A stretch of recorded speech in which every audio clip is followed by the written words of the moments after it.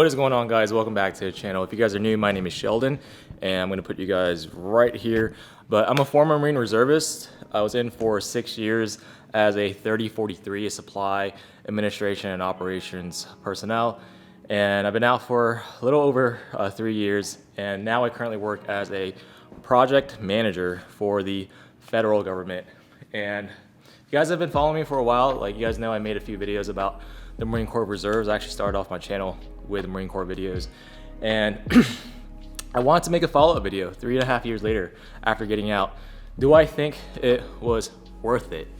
And if you guys have followed me for a while, you guys have probably heard me share the narrative that it is worth it, and like a lot of people who join the military, they would never trade that experience for anything else. But do I really think that now, 3.5 years later, after reflecting, after experiencing life outside of the Marine Corps Reserves, just the reserves, by the way, I was never active duty. Do I really think my time in the reserves for 6 years was worth it? And honestly, it's still yes. Like, I still think it was worth it, but I don't think it was totally, like, completely 100% worth it, if you guys know what I mean. Meaning that there are certain things that I realize now that I think I could have benefited if I didn't join. And it's kind of hard to say that. It's kind of hard to look back in hindsight and try to pick, you know, how things and how past events happen in your life.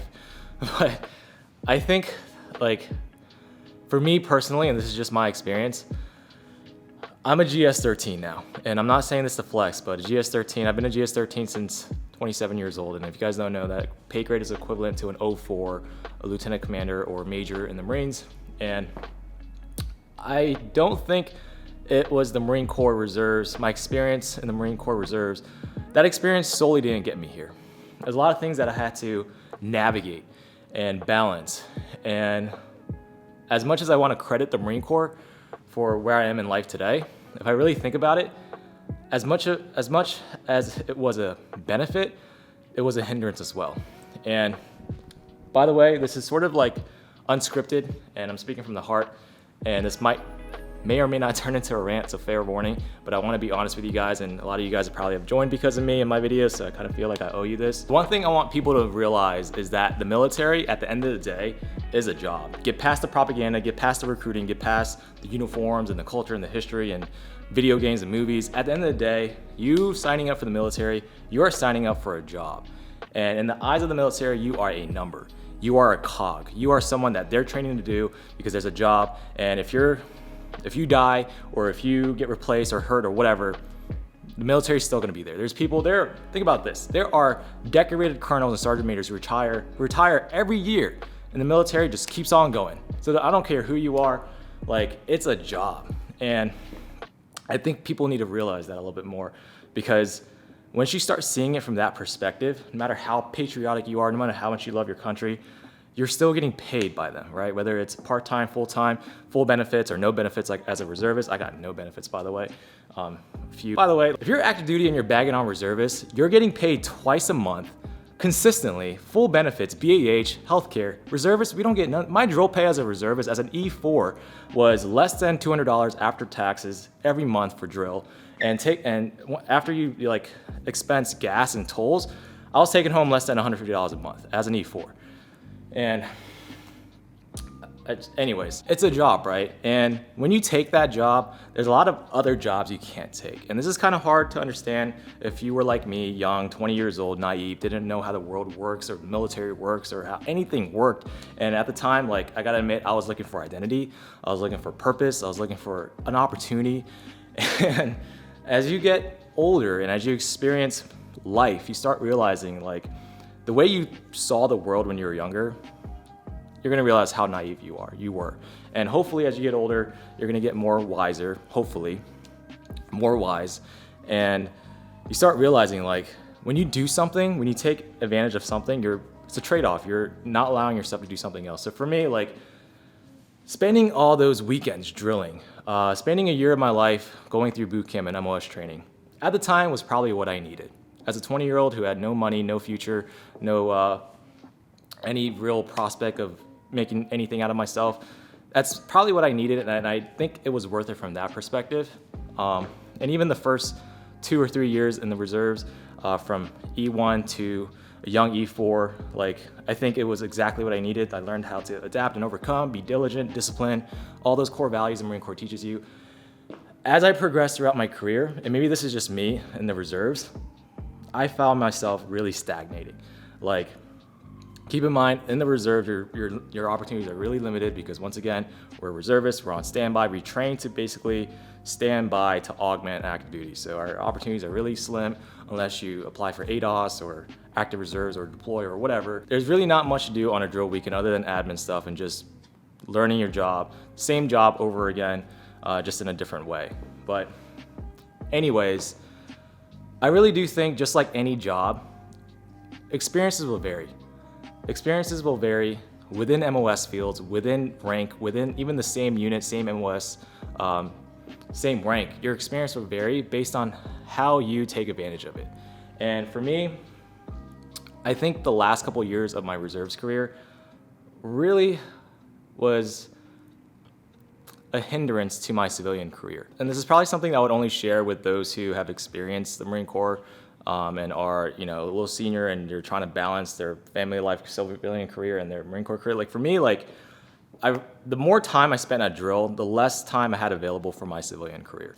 And it really came to a point where I was not able to take advantage of my civilian career, which I had more passion for, and where I was making more of my money. Like, this was my full-time job. Like, the more time I was spending at drill, the less time I was able to grow and learn and thrive in my professional civilian career. Going back to the whole point that the military is a job, at the end of the day, the military is not there for you. They don't really care about your personal development, professional development. They only care about what they get out of you. It's a very transactional relationship, and I need people to realize this, because people join the military thinking that it's the answer to all their problems, it's the solution. It's not. It is not. It's only the answer or the solution to your problems if you want it to be that. If you take advantage and take initiative and be present. The military is not there for you. You are serving the military, and they give you a paycheck or benefits, but at the end of the day, like, you are just a number to them, right? So I found it really hard to balance that. And also, something that I don't see a lot of people talk about, but really affected me, and something that I still struggle with, is how the Marine Corps reserves, at least in my experience, instilled a fear of leadership that was really detrimental to my personal and professional development outside of the Marine Corps. And I'm talking about, like, as a young E4, even as an E5, you are not immune to being berated by your staff NCO or your officers. Like, and it's almost like in the culture, right? And because of that, you fear being berated, you fear getting yelled at, and you sort of have this fear and you take it to work. And for a while, like, I had to unlearn that. I had to tell myself, like, my boss at work is not going to yell at me like my staff sergeant does when I'm at drill. And I'm not trying to say, like, that's the Marine Corps' fault. There's plenty of ways to manage that. I'm just saying, like, in my experience, and after talking to a few people, like, it's a real thing. And at such a young age, like, when you're in your young 20s, and that's who you idolize, and that's who you fear, and that's who you respect, you're gonna sort of eventually, like, take on some of that, some of those behavioral traits as well. So I found myself berating my lance corporals, my junior Marines, and I didn't like that, and it transferred over to my workplace, and it was really hard for me to manage that mindset, and ultimately divest myself of that. I'm not trying to blame the Marine Corps, but I will say that's something that the Marine Corps really doesn't teach you well, is how to engage with leadership, how to sit at a table with senior leaders and give them your input without fearing that they're gonna berate you. Like I said, I'm an 04 equivalent, and I have to sit at the table with 05s and briefs 06s who need my input because they need to make decisions, and I need to inform them, I need to influence them. And for me to be a successful project manager, I can't be scared to rock the boat. I can't just take orders and execute like a good Marine does. I have to be able to influence, I have to be able to play the whole political game and be tactful and strategic, and that sort of stuff I didn't really learn from the Marine Corps at all. I had to learn that on my own. And I know it might sound like I'm ranting or making excuses, but I'm just trying to be real with you guys. This is all things that I think about and reflect on.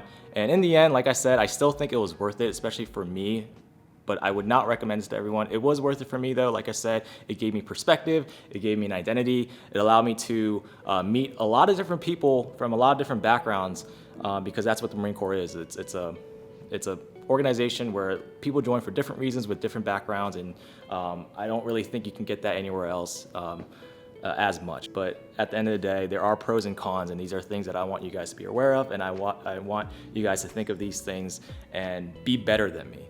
And that's what this channel is about. I hope that's what YouTube is still about. I want to share this with the younger generation because I had to learn the hard way. I want you guys to take this, learn from my own mistakes, and maybe apply it to your life, and maybe you guys can navigate that better than I did. So in the end, I still think it was worth it, but there are things that you should definitely consider.